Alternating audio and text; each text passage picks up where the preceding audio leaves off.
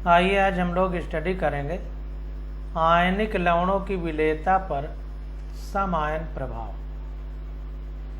तो देखिए कह रहा है, जैसा कि हमने सम आयन का मतलब समझा है कि विलयन में जिस प्रकार के आयन उपस्थित हैं उसी प्रकार का कोई आयन बाहर से डाल दिया जाए तो दोनों के मिलने के बाद सॉल्युबिलिटी पर यानी विलेयता पर क्या असर पड़ेगा, ये हमको बताना है। तो देखिए कह रहा है कि ला सातलीय सिद्धांत के अनुसार यह आशा की जाती है कि यदि किसी लवण विलयन में किसी एक आयन की सांद्रता बढ़ाने पर आयन अपने विपरीत आवेश के आयन के साथ संयोग करेगा तथा विलयन से कुछ लवण तब तक अवक्षेपित होगा जब तक एक बार पुनः KSP = QSP ना हो जाए, ये कहा जा रहा है।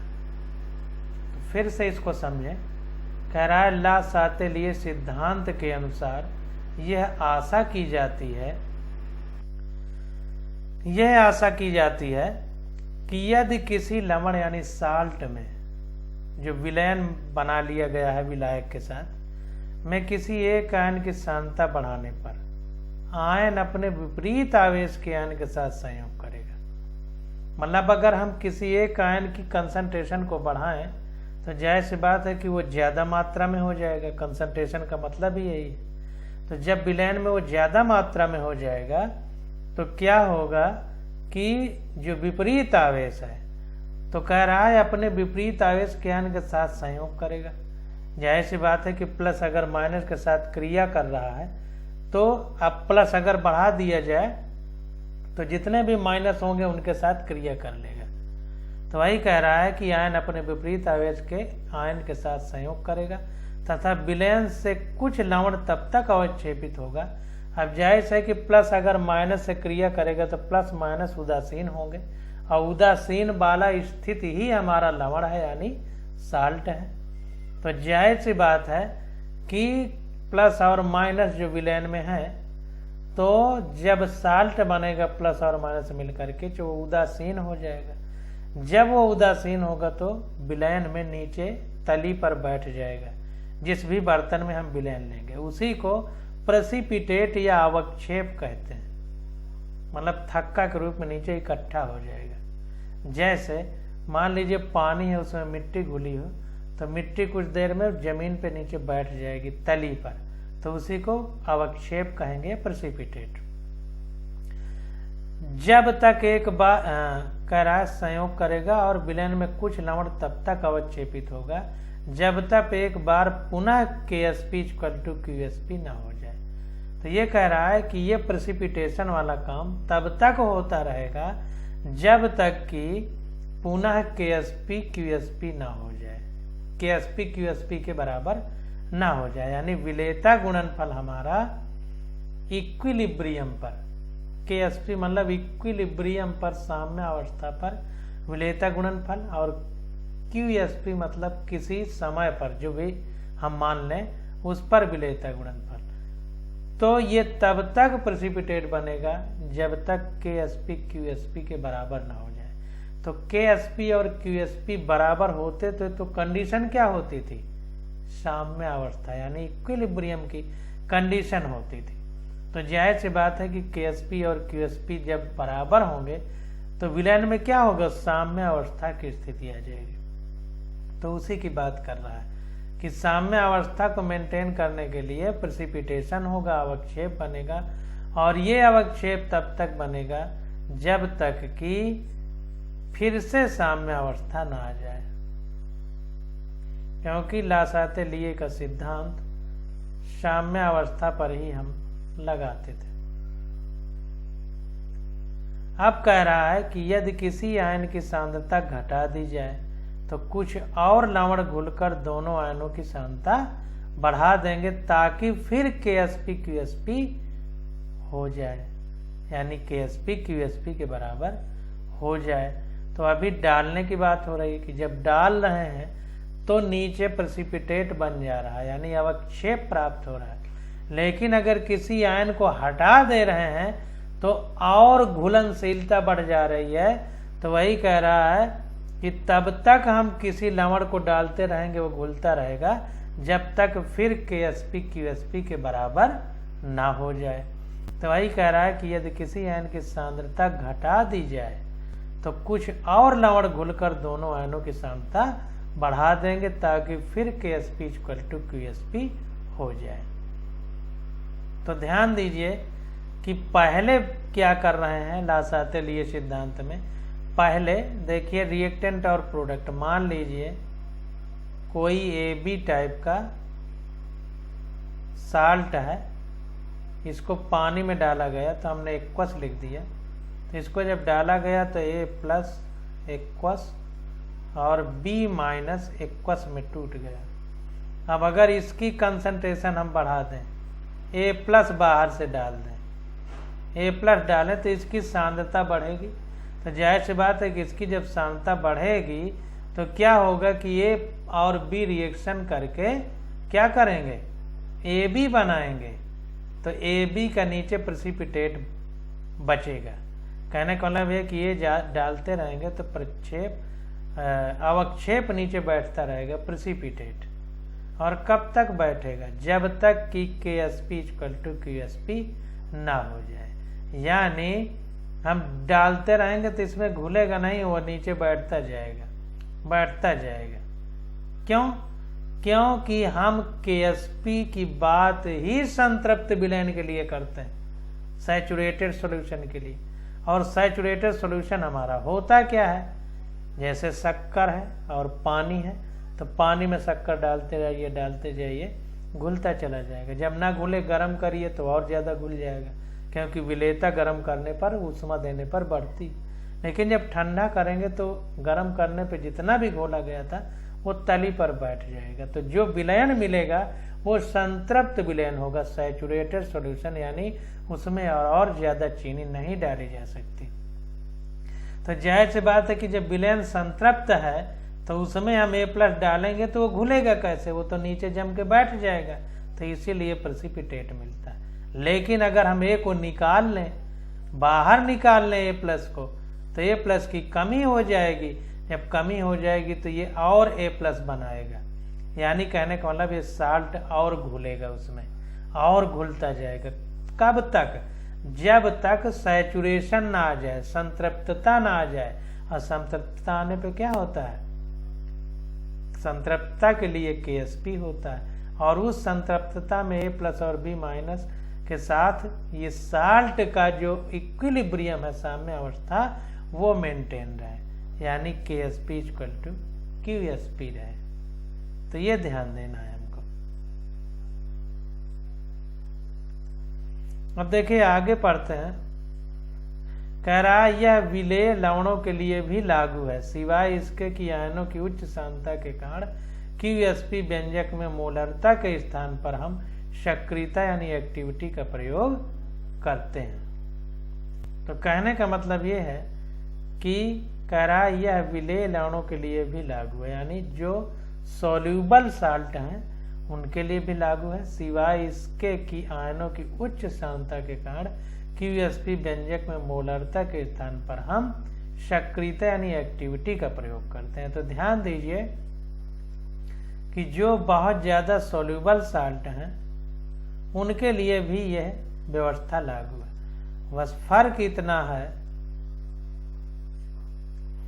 कि वहां पर हम उच्च सांद्रता के कारण QSP व्यंजक में जो मोलरता ली जाती है, उस मोलरता के स्थान पर हम क्या एक्टिविटीज लेते हैं, यानी सक्रियता।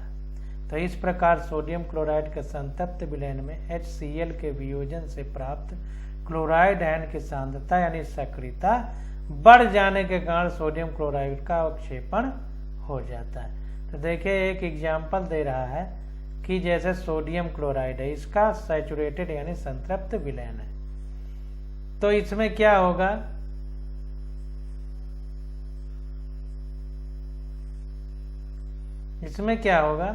तो कह रहा है इस प्रकार सोडियम क्लोराइड के संतृप्त विलयन में HCl के वियोजन से प्राप्त क्लोराइड आयन की संतृप्तता यानी सक्रियता बढ़ जाने के कारण सोडियम क्लोराइड का अवक्षेपण हो जाता है। तो ध्यान दीजिए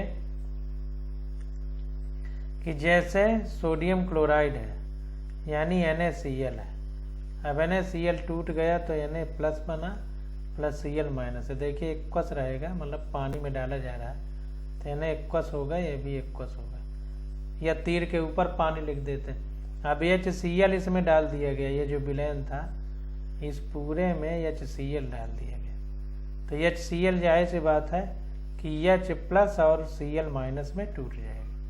अब देखें यहाँ पर Cl और Cl ये समायन है, तो इधर सांद्रता बढ़ जाएगी Cl की, तो क्या होगा, जब इधर Cl की सांद्रता बढ़ जाएगी तो NaCl Na प्लस Cl में कम टूटेगा, यानी जो Na प्लस और Cl माइनस है, जब हम Cl माइनस को बढ़ा देंगे तो जो Na होंगे उनसे मिल करके ये NaCl फिर बना देगा। और कब तक बनाएगा, जब तक QsP KsP के बराबर ना हो जाए, यानी फिर इक्विलिब्रियम ना आ जाए।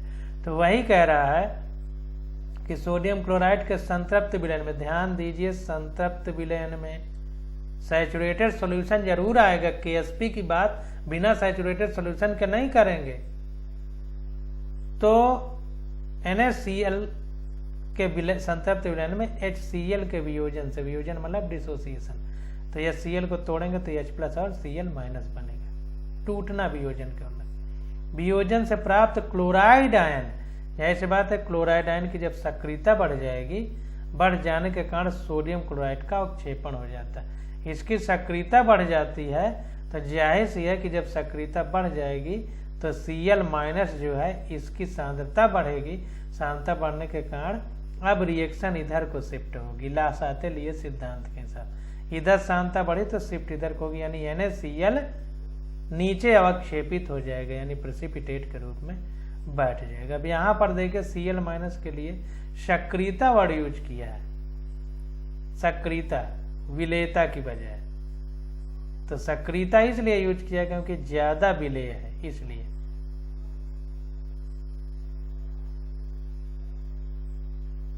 वही कह रहा है कि यह विलेय लवणों के लिए भी लागू होता है, सिवाय इसके कि आयनों की उच्च सांद्रता के कारण QsP व्यंजक में मोलरता के स्थान पर हम सक्रियता या एक्टिविटी का प्रयोग करते हैं। तो विलेयता नहीं, उच्च विलेयता नहीं, उच्च सांद्रता के कारण, हाई कंसंट्रेशन के कारण, हाई सॉल्युबिलिटी का नहीं, हाई कंसंट्रेशन। क्यों?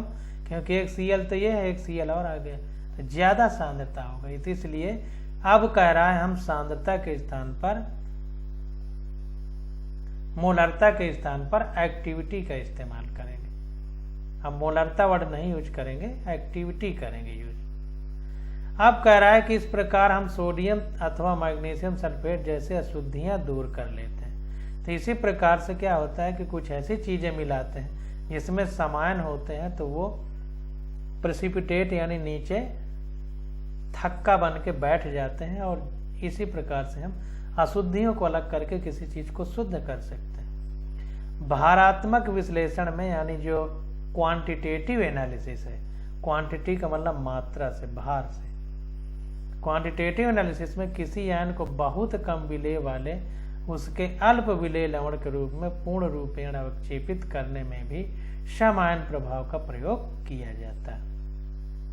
तो ध्यान दीजिए कि जब हम भारात्मक विश्लेषण करते हैं तो उस समय भी कम विलेयता वाले अल्प विलेय लवण के रूप में किसी को भी अवक्षेपित किया जा सकता है। वहां पर सम आयन प्रभाव देखना पड़ेगा, क्योंकि सम आयन जब होंगे तो जाहिर सी बात है कि उसका लवण थक्के के रूप में नीचे बैठेगा, यानी प्रेसिपिटेट के रूप में नीचे बैठ जाएगा। तो इस प्रकार हम भारात्मक विश्लेषण में सिल्वर आयन का अवक्षेपण सिल्वर क्लोराइड के रूप में, फेरिक अम्ल का अवक्षेपण फेरिक हाइड्रोक्साइड के रूप में, तथा अवक्षेपण बेरियम आयन का बेरियम सल्फेट के रूप में कर सकते हैं। तो ध्यान दीजिए जो भी NCERT में लिखा है, बस यही एग्जाम्पल हमें याद करना है। अर्जी फर्जी की कोई किताब नहीं पढ़ना है, ये दिनेश है, ये प्रदीप है, ये रतन है, कुछ नहीं, केवल NCERT जो इसमें दिया है सिर्फ उतना ही। इसीलिए 120 180 क्वेश्चन करना होता है तो 200 दिए जाते हैं कि भूल से बाहर से आ जाए तो 20 छोड़ करके 180 करना है, यानी जितना NCERT में है उतना ही करना है। अब आपके बुद्धि हो तो समझ लीजिए, नहीं इधर उधर की किताबों में समय बर्बाद होगा, रिवीजन आप लोग नहीं कर पाएंगे। अब आगे देखते हैं कह रहा है कि दुर्बल अम्ल के लवणों की विलेयता कम पीएच पर बढ़ती है, क्योंकि कम पीएच पर ऋणायन की सांद्रता इसके प्रोटॉनीकरण के कारण घटती है। तो ध्यान दीजिए कि जो वीक एसिड हैं उनके जो साल्ट हैं, उनकी जो सोलिबिलिटी है वो कम पीएच पर बढ़ती है। पीएच कम होने पर क्या होगा, ज्यादा अम्लीय होगा। किसी विलयन का पीएच जितना कम होगा उतनी अम्लीयता बढ़ेगी, जितना ज्यादा होगा उतनी क्षारीयता बढ़ेगी। तो जाहिर सी बात है कि पीएच कम करने पर कह रहा है क्या होगा कि पीएच पर ऋणायन की सांद्रता इसके प्रोटॉनीकरण के कारण घटती है। तो जाहिर सी बात है कि कम पीएच रहे होगा तो पीएच ही हमारा H प्लस को बताता है। तो पीएच कम होगा तो H प्लस कम होगा, जब H प्लस कम होगा तो H प्लस ही प्रोटॉन है। तो वही कह रहा है ऋणायन की सांद्रता इसके प्रोटॉनीकरण के कारण घटती है। तो कम पीएच है तो कम H प्लस है, कम H प्लस है तो कम प्रोटॉन है, कम प्रोटॉन है तो कम OH माइनस है, कम H प्लस है तो कम OH माइनस है, OH माइनस ऋणायन है तो H प्लस की सांद्रता घट रही है तो OH माइनस की भी घटेगी। तो इसीलिए कह रहा है क्योंकि कम पीएच पर जब पीएच कम होगा तो H प्लस कम होगा और ऋणायन की सांद्रता इसके प्रोटॉनीकरण के कारण घटती है। H प्लस प्रोटॉन है तो जाहिर सी बात है प्रोटॉनीकरण के कारण ऋणायन की सांद्रता घट जाएगी। ध्यान दीजिए पीएच कम है तो H प्लस कम नहीं है, ज्यादा है, उल्टा हमने बोल दिया, H प्लस ज्यादा है क्योंकि pH equal to minus log H plus होता है उल्टा। pH कम है तो मतलब H प्लस ज्यादा है, जब H प्लस ज्यादा हो गया तो OH माइनस कम होगा। तो प्रोटॉनीकरण का मतलब H प्लस को ज्यादा बना देना। तो प्रोटॉनीकरण के कारण क्या होगा, ऋणायन की सांद्रता घटती है जो लवण की विलेयता को बढ़ा देता है। इससे क्या होता है कि साल्ट की जो सोलिबिलिटी है वो बढ़ जाती है। अब देखिए इस कारण से लवण की विलेयता क्यों बढ़ जाती है। तो देखिए इसी प्रकार से समझ लीजिए कि जैसे कोई AH है, अब ये टूट रहा है A प्लस और H माइनस में, उल्टा हो गया, HB है, H प्लस और B माइनस में टूट रहा है। या इसी तरह समझ लीजिए जैसे H2O है तो H प्लस और OH माइनस में टूट रहा है। अब इसका कंसंट्रेशन इंक्रीज कर देंगे, इसकी कंसंट्रेशन इंक्रीज कर देंगे तो जाहिर सी बात है क्या होगा, इसकी अगर हम सांद्रता इंक्रीज कर देंगे इसका मतलब कॉमन आयन प्रभाव की यहाँ पर बात हो रही है। तो इसकी सांद्रता बढ़ा देंगे अगर तो पीएच घटेगा क्योंकि H प्लस बढ़ रहा है। तो पीएच कम होने का मतलब ज्यादा अम्लीय है विलयन, तो H प्लस बढ़ाएंगे तो पीएच कम होगा। पीएच कम होने का मतलब क्या होगा, अरे पीएच कम होगा मतलब H प्लस बढ़ेगा। अब H प्लस बढ़ेगा तो OH माइनस की सांद्रता घटेगी। जब OH माइनस की सांद्रता घटेगी तो H2O और OH माइनस बनाएगा। तो इसलिए H2O की जगह अगर हम कोई साल्ट लेते, हम समझाने के लिए लिए कोई साल्ट लेते तो उसकी विलेयता क्या होती, बढ़ जाती, क्योंकि टूट करके जो आयन बन रहे हैं उसकी और मांग है। क्योंकि ये बढ़ गया है तो इसको भी बढ़ाना पड़ेगा। तो इसको बढ़ा करके इक्विलिब्रियम लाने के लिए, ये बढ़ा है तो इसको भी बढ़ाना पड़ेगा। तो इसको बढ़ाने के लिए और साल्ट हमारा विलय होगा। तो वही कह रहा है कि ऋणायन की सांद्रता इसके प्रोटॉनीकरण के कारण घटती है जो लवण की विलेयता को बढ़ा देती है। ये घट रहा है तो और बने, इसके लिए और टूटेगा, जब और टूटेगा तो और घुलेगा। अगर यहाँ साल्ट होता, हमने पानी से समझाया, आप साल्ट मान लीजिए, NaCl कुछ भी मान सकते हैं। तो ये कंडीशन होती है। तो इसके KSP बराबर QSP हमें दो साम्यों को एक साथ संतुष्ट करना होता है, अर्थात KSP equal to M plus और X माइनस। तो ये कह रहा है कि ये तब तक घुलेगा जब तक KSP QSP के बराबर ना हो, यानी साम्य अवस्था ना आ जाए। तो अब देखिए कह रहा है कि हमें दो साम्यों को एक साथ संतुष्ट करना होता है, यानी दो इक्विलिब्रियम को, अर्थात KSP equal to M plus और X माइनस की कंसंट्रेशन। तब यहाँ पर देखते हैं, आगे पढ़ करके समझने का प्रयास करते हैं। दो साम्य की बात इसलिए हो रही है क्योंकि एक कॉमन आयन है, तो हो सकता है जो कॉमन आयन है हमारा वो किसी दूसरी रिएक्शन से आ रहा हो, तो उसके भी साम्य को मेंटेन करना पड़ेगा, और इसके भी जो रिएक्शन हम में कॉमन आयन के प्रभाव को देखना चाहते हैं। तो KSP इक्वल टू अगर कोई MX है तो M प्लस और X माइनस उसके आयन होंगे, और इधर वाला तो लिया नहीं जाएगा क्योंकि वो ठोस अवस्था में रहेगा। तो ठोस के लिए KSP की वैल्यू कांस्टेंट होती है, इसके लिए उसको नहीं लिखा जाता। ऊपर पढ़े हैं तो HX एक ही ये हो जाएगा, H plus aqueous plus X minus aqueous, यानी पानी में हमने डाल दिया। तो K इक्वल टू हो जाएगा H plus equals X minus equals अपान HX एक्वस। अब यहाँ पर देखिए एक्वस है इसलिए लिया गया, अगर सॉलिड होता तो ना लिया जाता। अब देखें यहाँ पर X माइनस क्या हो जाएगा, X माइनस अगर निकालें तो इधर चला जाएगा, तो KA HX aqueous X minus और HX नीचे है और ये इधर लाया जा रहा है, तो K अपान H प्लस हो गया। दोनों तरफ का व्युत्क्रम लेकर एक जोड़ने पर हमें प्राप्त होगा। अब दोनों को उल्टा कर देते हैं, यानी इसको नीचे, इसको नीचे, इसको ऊपर, इसको ऊपर। तो ये हो गया HX अपान X माइनस, उल्टा कर देंगे, ये हो गया H प्लस अपान K, दोनों तरफ एक एक जोड़ दिया, तो ये आ गया HX प्लस ये X minus upon X minus equal to H plus plus K upon K हो जाएगा, ये इसमें गुणा होगा। तो ये इतना आ गया। अब आगे देखते हैं, पुनः व्युत्क्रम लेने पर हमें प्राप्त होगा। अब अगर व्युत्क्रम ले लें यानी इसका उल्टा ले लें तो हमें क्या प्राप्त होगा,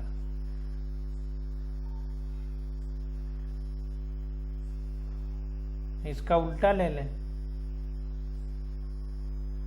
इंग्लिश वाली खोल लें तो पता चल जाएगा। अब देखिए फिर से उल्टा लेंगे तो ये पूरा उल्टा हो जाएगा, तो X माइनस ऊपर चला गया अपान X माइनस H माइनस, ये X माइनस होना चाहिए, देखिए यहाँ पर एक गलती लिख गया है, X माइनस होना चाहिए, X माइनस, इस बार अंग्रेजी वाले में गलती है। इसीलिए देखिए अंग्रेजी और हिंदी दोनों की किताबों से थोड़ा सा हमें फायदा हो जाता है, पता चल जाता है कहाँ गड़बड़ है। X माइनस होगा यहाँ पर, तो इसको सही कर लीजिए। तो इसको उल्टा कर दिया तो ये ऊपर चला गया, X minus upon X minus plus HX बराबर F माना है, और इसको उल्टा किया तो K upon K plus H plus हो गया। अब हिंदी वाली बुक में इसको फिर से हम लोग देखते हैं।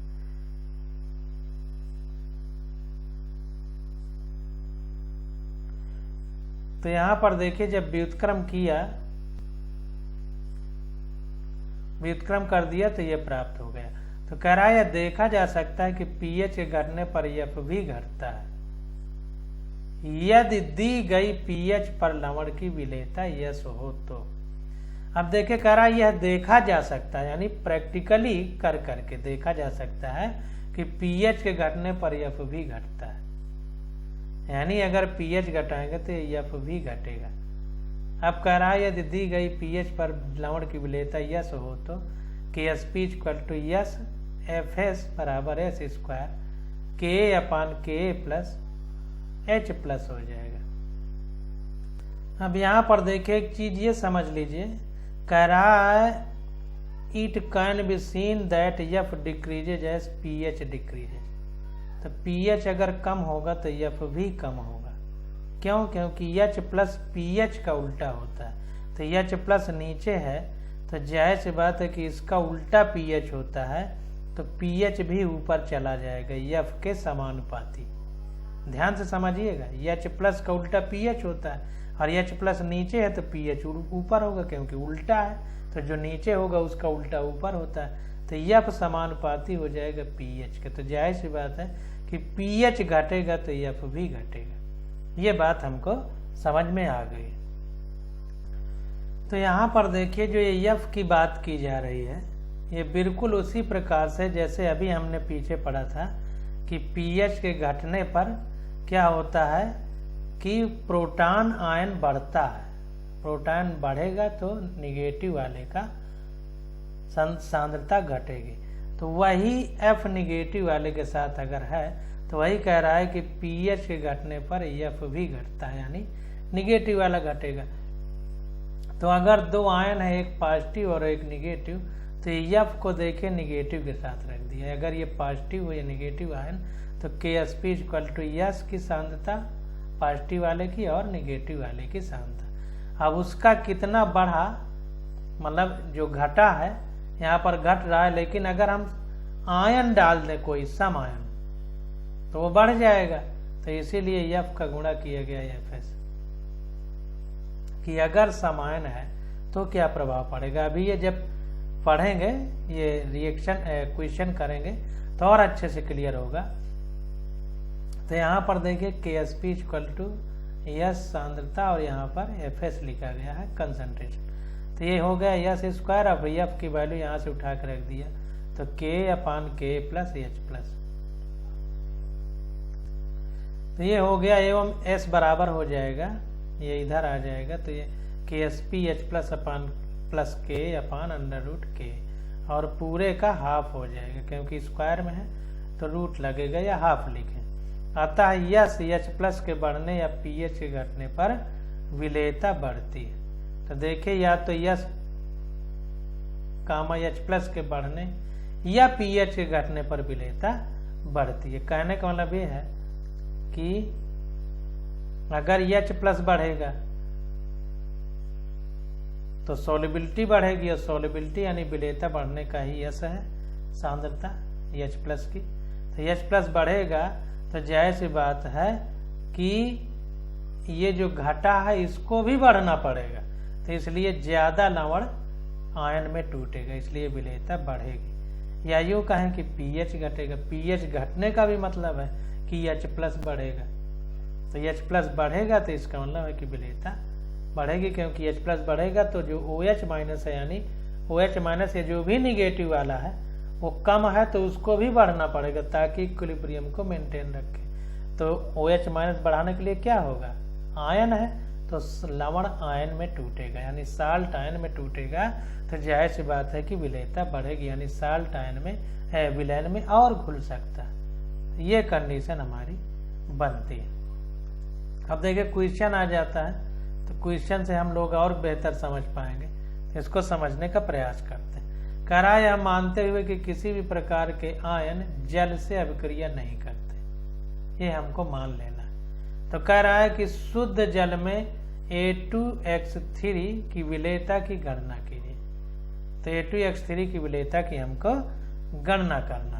कह रहा है A2X3 का विलेयता गुणनफल KSP 1.1 × 10⁻23 है। तो A2X3 की विलेयता यानी सॉल्युबिलिटी की गणना करना है, और सॉल्युबिलिटी प्रोडक्ट दे दिया है A2X3 का 1.1 × 10⁻23। तो अब देखते हैं इसको, और ये हमें मानना है कि ये आयन में टूटने के बाद आयन जल से अभिक्रिया नहीं करते। तो देखिए A2X3 है तो इसको तोड़ेंगे तो 2A + 3 + 3X - 2 बनेगा। कैसे बनेगा, A के साथ 2 है तो 2 पहले आ जाएगा, X के साथ 3 है तो 3 पहले आ जाएगा। अब जो इसके साथ है वो इसका पावर है, जो इसके साथ है वो इसका पावर है, उल्टा होता है। तो A के ऊपर 3 पावर लगी है और B के ऊपर X के ऊपर 2 पावर लगी। ये पॉजिटिव में, ये नेगेटिव में। तो KSP इक्वल टू, अब KSP कैसे लिखते हैं, ये वाला। तो देखिए जो A + 3 है जो पहले है वो पावर में जाता है, X - 2 है जो पहले है वो पावर में जाता है। तो ये हो गया हमारा KSP की वैल्यू दी है 1.1 × 10⁻23। यदि यस बराबर A2X3 की विलेयता हो, अब A2X3 की विलेयता अगर हम यस मान लें तो क्या होगा, A + 3 की विलेयता क्या होगी 2s, क्योंकि 2 मोल है। X - 2 की कितनी होगी 3s, क्योंकि 3 मोल है। हमने बताया नहीं था कि जो पहले लिखा होगा वही माना जाएगा। तो इस प्रकार KSP क्या होगा, ये गुणे ये, और चूंकि ये जो पहले लिखेगा वही स्क्वायर में जाएगा, यही सीधा ये उतार देना, और यस की जगह A + 3 की जगह 2s और X - 3 की जगह 3s। तो ये आ गया सॉल्व करने पे 108 s की पावर 5 बराबर 1.1 इंटू 10⁻⁻23 KSP की वैल्यू है। तो ये आ गया s की पावर 5 इक्वल टू 1 इंटू 10⁻⁻25। तो s बराबर 1 इंटू 10⁻5 मोल पर लीटर। तो इस प्रकार से हम लोग क्वेश्चन करते हैं। अगला एग्जाम्पल देखते हैं। कह रहा है कि दो अल्प विलेय लवणों NiOH का होल ट्वाइस एवं AgCN के विलेयता गुणन के फल के मान क्रमशः 2 इंटू 10⁻15 एवं 6 इंटू 10⁻17 अल्प विलेय है। ध्यान दीजिए, इनका लिए KSP बता दिया। कह रहा है कौन सा लवण अधिक विलेय है, कौन सा अधिक विलेय है, ये हमको बताना। तो ध्यान दीजिए, सॉल्युबिलिटी निकाल लेंगे। जिसकी सॉल्युबिलिटी ज्यादा है तो सॉल्युबिलिटी को हिंदी में विलेयता कहते हैं, उसी का विलेयता ज्यादा होगी। तो एक एक रिएक्शन लिखते हैं। तो देखिए AgCN की Ag plus plus CN minus, KSP लिखेंगे विलेयता गुणनफल, तो Ag प्लस CN माइनस, कुछ आगे पीछे नहीं है तो कुछ भी नहीं लिखे। तो KSP की वैल्यू दिया है 6 इंटू 10⁻17 AgCN के लिए। अब NiOH का होल ट्वाइस के लिए तो ये Na प्लस 2 हो जाएगा प्लस 2OH माइनस हो जाएगा।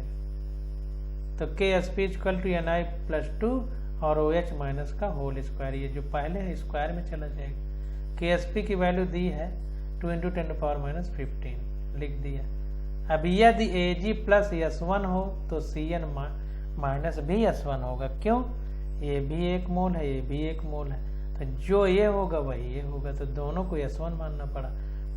इसी प्रकार अब इसमें देखते हैं, Na प्लस 2 अगर S2 है तो OH माइनस क्या होगा, 2 पहले लगा है तो 2S2 होगा। ये पहले जो लगा है वो लगा देना है, बाकी वही रहेगा। तो S1 स्क्वायर बराबर क्या हो गया, अब इसके लिए निकालना है, इसके लिए। तो S1 स्क्वायर, जब दोनों S1 है तो S1 का स्क्वायर हो जाएगा बराबर इतना होगा 6 इंटू 10⁻17। तो S1 बराबर 7.8 इंटू 10⁻9, इसका रूट निकाल लेंगे। अब S2 वाले में देखते हैं, इसके लिए तो KSP बराबर ये और ये, तो S2 इंटू OH माइनस क्या है 2S2 है, तो 2S2 का होल स्क्वायर, ये आ गया 2 इंटू 10⁻15। तो S2 बराबर आ गया 0.58 इंटू 10⁻4 सॉल्व करने में। अब देखिए S1 से S2 ज्यादा है, क्योंकि यहाँ -9 है, यहाँ -4, तो S2 ज्यादा है। तो S2 किसके लिए है, NiOH का होल ट्वाइस के लिए, दूसरे वाले के लिए S2 है। तो ये इसकी विलेयता ज्यादा है, S2 ज्यादा है मतलब सोल्युबिलिटी ज्यादा है, तो AgCN से NiOH का होल ट्वाइस की विलेयता अधिक है। तो इस प्रकार से हम लोग क्वेश्चन सॉल्व करेंगे। अब आगे क्वेश्चन आ जाता है उदाहरण 6.28। कह रहा है कि 0.10 m NaOH में NiOH का होल ट्वाइस की मोलर विलेयता की गणना कीजिए। NiOH का होल ट्वाइस का आयनिक गुणनफल 2 इंटू 10⁻15 है। तो देखिए मोलरता दिया है और KSP दे दिया है NiOH का होल ट्वाइस के लिए, और सोल्युबिलिटी यानी विलेयता निकालना, सीधा फार्मूला लगा देंगे। तो माना कि NiOH का होल ट्वाइस की विलेयता S मोल पर लीटर के विलेय होने से Na प्लस 2 के S मोल एवं OH माइनस 2 के 2S मोल पर लीटर बनते हैं। क्यों? Na plus 2 plus 2OH minus होगा, तो Na अगर S है तो OH में 2 लगाना पड़ेगा, तो एक S है तो दूसरा 2S। इसके ऊपर हम पढ़ चुके हैं। लेकिन OH माइनस की कुल सांद्रता OH माइनस यानी 0.10 प्लस 2S मोल पर लीटर होगी, इतना होगी। क्यों इतना होगी? क्योंकि देखिए NaOH पहले से मौजूद है 0.10 m, तो NaOH हमारा क्या देगा OH, तो पहले से OH 0.10 m मौजूद रहेगा। इतना ही क्यों रहेगा? क्योंकि NaOH जब टूटेगा तो Na प्लस और OH माइनस में टूटेगा, तो 1 मोल ही है, तो इसलिए 0.10 मोल ही OH माइनस रहेगा, तो इसलिए 0.10 प्लस 2H लिखा गया। कि इसके NiOH का होल ट्वाइस के तो 2H रहेंगे ही, एक OH इसका भी रहेगा, एक OH की सांद्रता 0.10 है NaOH वाले OH की, तो इसलिए 0.10 जोड़ा गया। क्योंकि विलयन में पहले से ही NaOH से प्राप्त 0.10 मोल पर लीटर उपस्थित। तो KSP इक्वल टू क्या हो जाएगा 2 × 10⁻⁻15, ये KSP की वैल्यू दिया है, बराबर NiOH प्लस 2 और OH माइनस 2 बराबर S, और इसके साथ में ये भी जुड़ा है तो ये हो गया 0.10 प्लस 2S का होल स्क्वायर। क्यों होल स्क्वायर? क्योंकि 2OH माइनस रहेगा तो इसका स्क्वायर करना पड़ेगा। तो चूंकि KSP का मान कम है 2S स्मार्ट दें 0.10, यानी 2S ये जो सांद्रता है 0.10 ये बहुत कम है 2S से। क्यों? क्योंकि ये निगेटिव में है। अब इसका स्क्वायर होगा तो इधर रूट भी होगा तो ये -7 के आसपास आएगा, यानी KSP का मान बहुत कम होगा सॉलिबिलिटी की तुलना में 2S की तुलना में, और 2S हमारा 0.10 से भी बहुत कम है। क्योंकि जब 2S निकलेगा तो इसी से तो निकलेगा, और ये इसका रूट जब करेंगे तो ये ज़्यादा 10⁻⁻7 तक जाएगा, तो भी 0.10 बहुत ज़्यादा है, जब 10⁻�7 तक भी जाएगा। आता है 0.10 प्लस 2S लगभग 0.10 मान लेंगे, क्योंकि ये बहुत कम है 2S, तो इसलिए 0.10 के बराबर माना जा सकता है। इतना ज़्यादा फर्क उत्तर में नहीं पड़ेगा।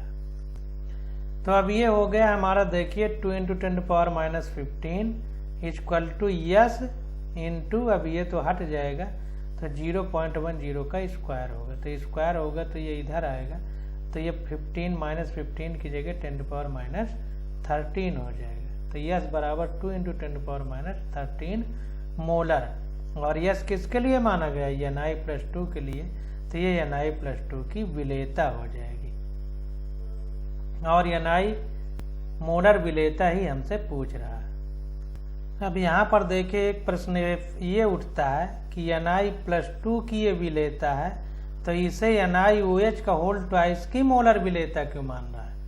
तो इसका उत्तर ये है कि NiOH का होल ट्वाइस जब टूटेगा तो Ni+2 के भी 1 मोल होंगे और NiOH का भी 1 मोल होगा, जबकि OH-2 के 2 मोल होंगे, तो OH-2 के, तो इसलिए NiOH का चूंकि 1 मोल होगा और Na+ का भी 1 मोल होगा, तो जो Na+ की विलेयता है वही NiOH का होल ट्वाइस की मोलर विलेयता है, Na+ की जो मोलर विलेयता है। इसलिए Na+ की विलेयता को, मोलर विलेयता को NiOH का होल ट्वाइस की मोलर विलेयता माना जा रहा है।